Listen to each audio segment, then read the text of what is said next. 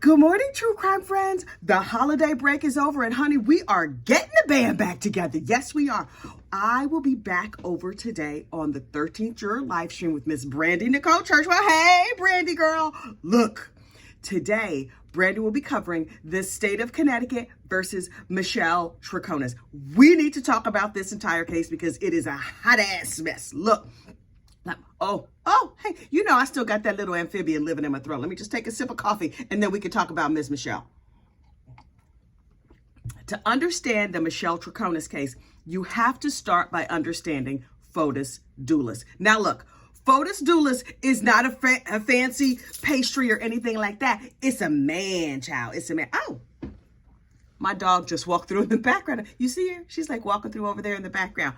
Her sister, the barker, is upstairs with my son because my son is like, let me help you out. And he took hi upstairs. Thank God. Anyway, so look, Michelle Troconis was dating this dude, Fotis Duelis. They were living up there in New Canaan, Connecticut. Now, I don't know if you know New Canaan. It's a fancy, that's where they permanently, you are born with your pinkies out. It's a very fancy part of Connecticut. You probably heard of like Greenwich and other places like that where like all the fancy folk live. So if you got some cash in Connecticut, you move into Greenwich, you move into New Canaan, you move into all of that area over there. So Michelle was dating this dude, her and her 12-year-old daughter. She moved in with him and she was like, we are living happily ever after. What is the problem? Little teensy problem. Fotis was not fully divorced yet. Now, he had separated from his wife, Jennifer, but the divorce wasn't final. She was like, okay, cool. We're going to live here in your mansion and we're just going to relax and everything is going to be fine. And then one day, Fotis comes home and he's like, Michelle, girl, you want to take a ride with me? And she was like, sure, of course. Now, look, Fotis was a fancy home builder. He didn't just build like a regular house like me and you would live in. He built big, fancy, sprawling mansions. Great. Because he could, listen, this is the kind of man I would date. He's good on paper. Actually good in real life, that is another story for another day. So he's like, hey, Michelle, you want to go for a ride with me? And she's like, yeah, okay, sure. So she jumps in the passenger side of the truck and Fotis is driving all around town, dropping off garbage bags like, oh, hang on, here's a trash can. Let me pull over. Drop this bag. And then, okay, let's go. Drives a little further. Oh, another garbage can. Drops it off. And so I'm sure, now listen, we do not know what Michelle said on the inside of the car, but I imagine she was like, baby, what you doing? Or she was like, here's another bag. Take this one too. And so this would have been strange activity under any circumstances. But the problem was that Fotis's wife was missing. And the bags that they picked up filled with bloody clothes and instruments of murder. Mr. Duelis clearly had shopped in the Walmart murder aisle, and he had zip ties. He had bloody clothes. There was Jennifer's bra soaked in blood. There was Jennifer's top she was wearing that day soaked in blood. Michelle, girl, you ain't asked no questions? Because I got questions. I have a lot of questions about everything. Anytime something happens, I'm like, what's that? Why are we doing that? How come we didn't just go to the town dump? I would have questions. But Michelle was like, no, my very rich boyfriend with the 5 kids and the missing wife, he wants to go see some garbage cans. Well, I'm going to go on a tour of town garbage cans with him. Ma'am, that little tour makes you look like a garbage can. But okay, he had not been arrested for anything, so maybe she's like, I'm sure everything is fine. This is perfectly normal behavior. Now, according to Fotis's defense attorney, he was like, listen, it costs a lot of money to throw away garbage. Does it? And Fotis was trying to avoid the charge of just like putting his garbage in the regular dump because I guess they charge you. I guess they figure we up here in fancy Connecticut. Y'all got money to buy these mansions. I'm sure you got money to pay for your garbage pickup.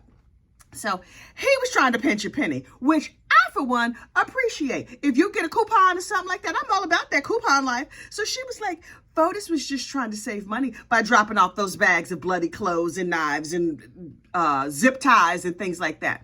So she was maybe suspicious, maybe not. Fotis got arrested because his wife, the mother of his 5 children, listen, I would absolutely date a rich home builder. A man with 5 kids, not so much. I mean, if they were all grown and out of the house and not bothering me, Possibly. Because, 5 kids, that's 5 opinions.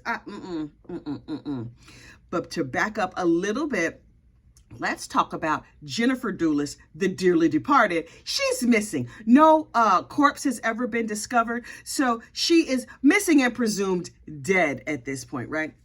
Jennifer and Fotis got married. He's from Greece. I think he's Greek. Oh, a Greek man. I love me a Greek man.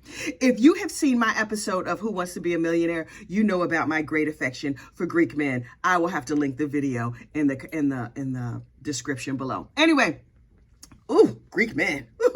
They do something to me, especially if they like a Greek shipping magnate or something like that. Anyway, so Jennifer, a nice girl from Connecticut, been rich her whole life. She wasn't like, we struggled and then we made it. She was born having already made it. She met Fotis in college. Okay, cool. They started dating. They got married. They had 5 kids. That's a lot of kids. Those 5 kids included 2 sets of twins. 2 sets of twins? Child, he couldn't have touched me with a 10-foot pole after 1 set of twins. They had 2 sets of twins.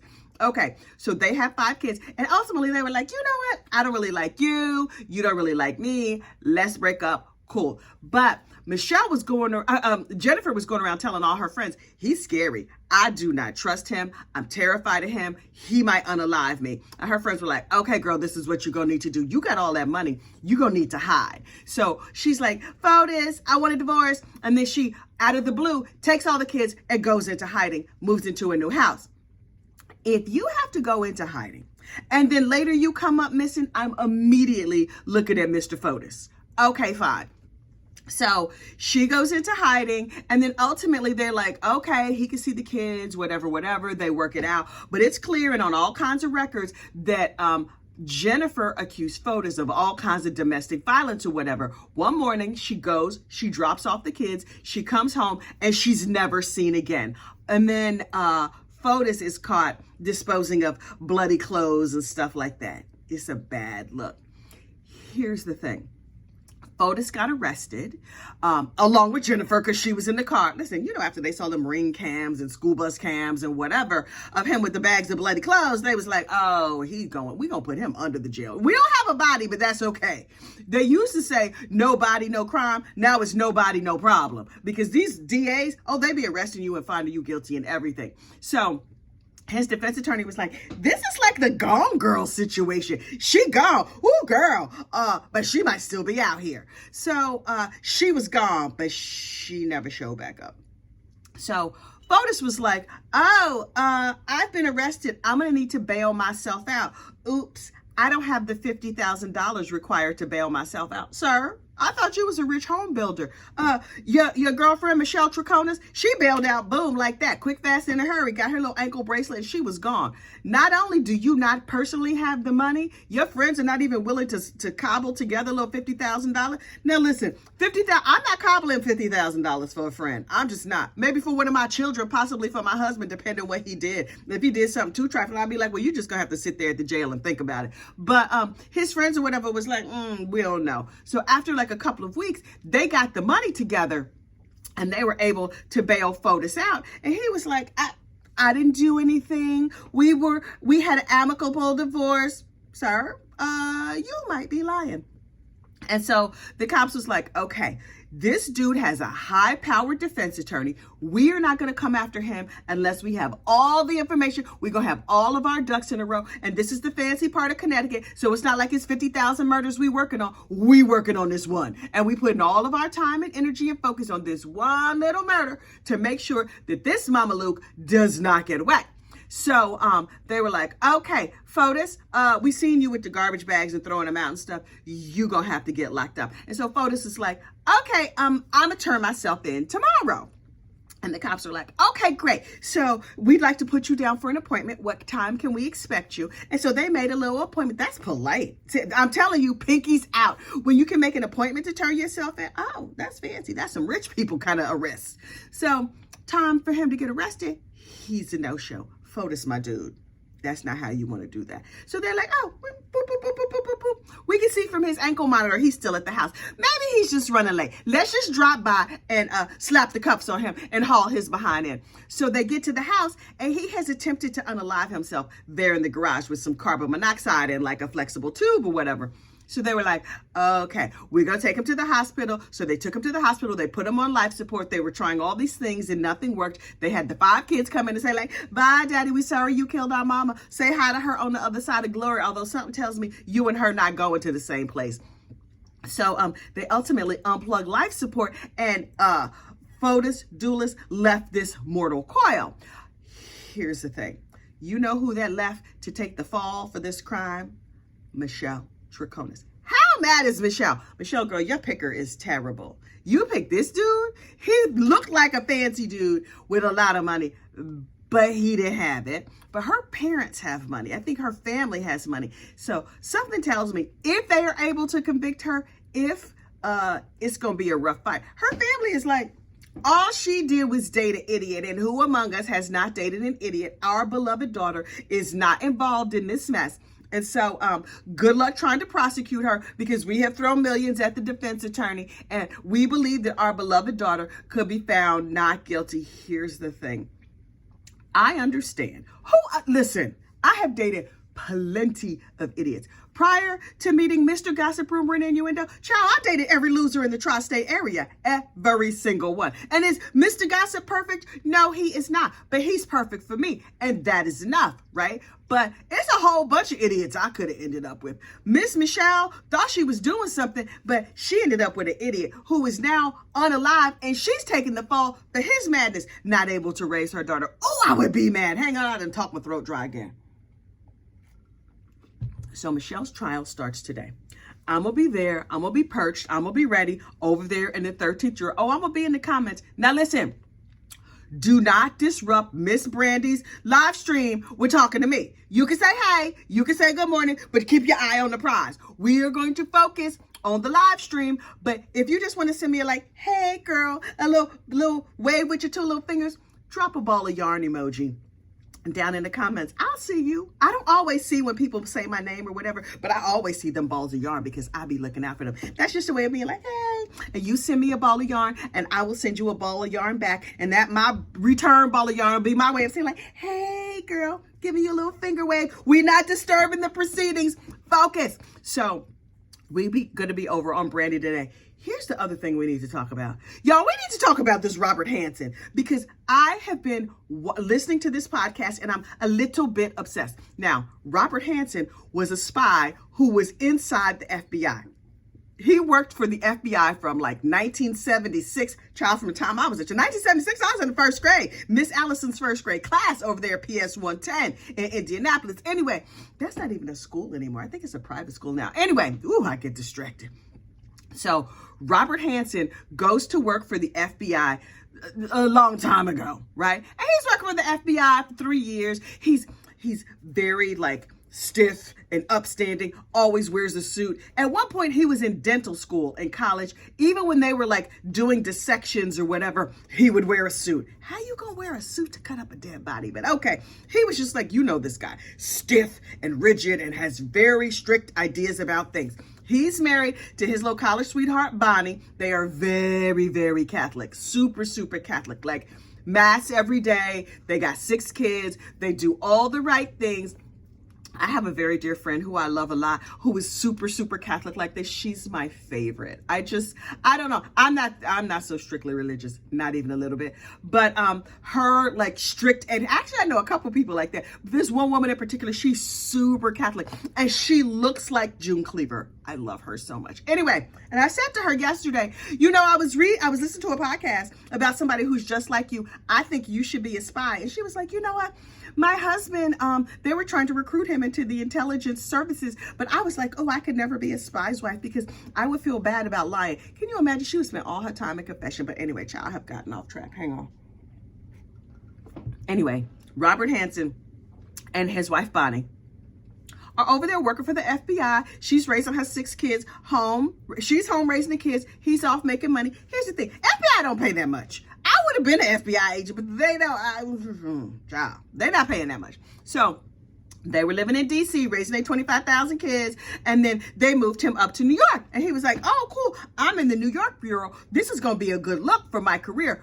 Problem is, they ain't give him New York money. It's expensive to live in D.C. It's real expensive to live in New York. When they say you can make it here, they can make it, you can make it anywhere. Child, they talking about finance. Because you might be, your six-figure salary someplace else, your six-figure salary have you living in the projects over here. Anyway, so he moves up to New York. They didn't give him extra money. He's like, what can I do to make some extra money?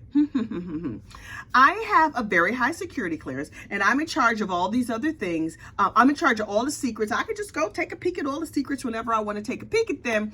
And then he decides he's just going to start spying for the Russians. Not because he's disloyal or unpatriotic. He's just doing it for the finance. You know, for like entertainment and profit, I guess. I don't know. So he starts spying for the Russians. Oh, and he's playing James Bond. He's always in the suit. He's doing dead drops. He sends them a note. Take a piece of tape and put an up and down line on the bridge. And then when I picked up the thing, I'm going to put a crossway line on the bridge and we can do the thing. And he does this for 22 years. 22 years! He gave up so many secrets. And finally, the government was like, how come our agents keep getting killed and all this other stuff? Clearly, there's a mole. So they go on a mole hunt and they're trying to find him and they cannot find him. Nobody suspects him because he's very rigid and he is hiding in plain sight. The podcast is called Agent of Betrayal. It's and I listened to it just yesterday. It was a very fast listen. It was fascinating. Here's the thing though. Mr. Hansen, he would compartmentalize different sections of his life. Now, look, he was like, I am a good Catholic man. I am a good Catholic father. I am also a secret agent. Also, I enjoy visiting strip clubs. And at one point at the strip club, he meets a nice lady and he's like, you know what? She is a beautiful dancer. I'm going to give her a lot of money. And so he starts talking to this lady and he's like, I would like to take you, on a trip. I would like to buy you a car because he got all this extra money that he can't be seen spending around. So he buys her a beautiful sapphire necklace and he buys her a fancy sports car, takes her on a 2-week vacation to China, takes her to a fancy restaurant every night. And she's like, okay, well, clearly you're going to want some oochie coochie for all of these nice things you give me. He's like, no, ma'am, I would like to convert you to the Catholic faith. And she's like, I'm sorry, what now? I was over here just being, a regular dancer or whatever. And he was like, I am a member of Opus Dei. And that is like the ultra conservative version of Catholicism. And he's like, I think that you should pray and blah, blah, blah. And she's like, right, I'm gonna get on my knees. Do you want me to? And he was like, no, ma'am, please rise from your knees. We are just going to say the rosary or whatever. And she's like, I never understood him. He never touched me. He never kissed me inappropriately or whatever. He's lavished me with all these gifts. He's betraying the country. And he's trying to get me to go to church more. Listen, you want to convert me to your faith? Don't, because I find that very annoying. But you want to take me on a lavish trip in the name of converting me? Can we go stay in the Bahamas for 2 weeks? Then we could tour Europe for a couple of weeks. Maybe we go to Asia for a month or something like that. Yeah, I'll go on them conversion trips. Yeah, no problem. Can you convert me in the south of France? Because I would like that. The Greek Isles? Sure. That would be very, very nice. I would really appreciate. Anyway, so that's not what he did. And then one of the other things he did that was just weird and out of character, he would take naked pictures of his wife and send them to his friends. His wife, the woman who birthed his children. What? And then finally he said to his friend, his very best friend, you want to watch me and my wife do the do? And the friend was like, sure. And so he hooked up like a closed circuit TV so his friend could watch. And the friend watched. And they went on this podcast and talked about it. What? Nothing about this man makes sense to me. Here's the thing. About a year, right before he had gotten married to Bonnie, he got caught cheating. And then so he was like, I'm so sorry, whatever. And he begged her forgiveness and she forgave him and went on and married him. Shortly into their marriage, she found him in the basement writing letters. And she's like, no, what you're not going to do is cheat on me again. Because I'm going to get the priest in here. We go do an exorcism. I might cut off some parts of your body? Nah. What are you writing? And she rips the paper out of his hand, and she's like, oh, what is it? You write a note to the Russians? And he was like, I'm tricking the Russians. And she's like, right. Sure you are. So his wife, Bonnie, caught him spying within the first year. And so she's like, we're going to go talk to the priest, and we're going to get some marital counseling, and the priest will tell us what to do. So they go talk to the priest. Mr. Priest, it didn't occur to you to call the police? Okay. So he's like, I'm sorry, I will never do it again. Well, he's also a liar. I know it's shocking to you after the naked pictures of his wife. You're like, what? He also lied? Yeah, he also lied. So he says he's sorry. He pauses the spying for a hot minute, but then 6 kids in Catholic school, child, that costs real money. So he's just like, okay. And so he goes back to his little spying operation. And that's that about that. Cut to 22 years later, when he gets caught by the real government spying, his wife is like, oh yeah, he's been doing that for a long time. What, Bonnie? I personally appreciate her loyalty, but the level of spying that he did for that number of years, that's a crime punishable by death. So he's like, look, yes, I did it. I'm very sorry. And the only thing I want to negotiate, because my wife has been a housewife for all these years, she has no source of income on her own. If you could spare my life and make sure Miss Bonnie has some money over there, then that'll be good. And they go back and forth. And finally the government was like, okay. So they were like, we would like you to send him to prison in Pennsylvania so his family can visit. The government was like, right, that's going to be a no for me, dog. So they sent him to ADX Florence over there in Colorado. I remember when this happened. It happened in like 2001, 2002, something like that. But here's the thing. The World Trade Center, like 9/11 happened. And so the Robert Hanssen case got buried. But y'all, I love a spy. So I don't love a spy. I like following spy type information. And so I followed the case. And I remember when they flew Robert Hanssen from DC to ADX Florence in the Rocky Mountains, they call it Alcatraz of the Rockies. And I remember on the news, they said, Robert Hanssen is taking his final flight on a private jet. He flew over the United States, landed in Florence in like the super maximax, the maximum of all. And they locked him in a box where he remained for the next 22 years. He was locked in a concrete box for 23 hours a day, 1 hour of sunlight a day. They would let him go out into a courtyard where it was just all cement walls and he could just see the sky. They said most people would just walk in circles and then you would go back to your room. Over those years, Mr. Robert Hanssen, the warden at the time was like, oh yeah, this is punishment. I've seen the meanest, toughest guys shrivel down to nothing. It breaks your spirit. Well, according to Mr. Hanssen, he was like, well, I like being a loner, so I don't have no problem. So this is going to be cool. He did shrivel away. He was like a big 6 foot something, 200 something pound dude. At the time of his death this June, just 6 months ago, he was down to 160 pounds. He was gaunt. He was thin. The only visitor he was getting was his wife, Bonnie, periodically. And they would sit together and pray the rosary. Good for them. Good for him. So Robert Hanssen died this summer. You should listen to get the whole story with all the details. Listen to that podcast, Agent of Betrayal. It is fascinating. Now look, they have 25 minutes worth of credits at the end. And okay, shout out to all the people who worked on it, but I need to know all that. I just wanted to know the story. So you could just fast forward through the first minute, skip them commercials, and then you can skip that last 3 minutes of credits or whatever.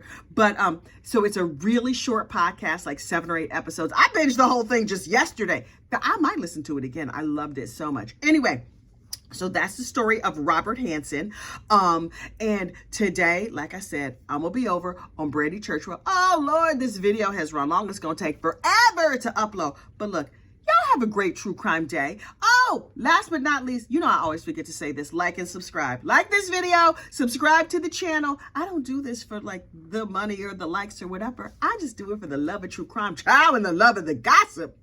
If you got yourself a little octopus lovey, those are in the mail this week. The last of them will be mailed out on Saturday, but some of those are on the way. The rest are coming soon. I will see you soon. You make it a great one. Bye.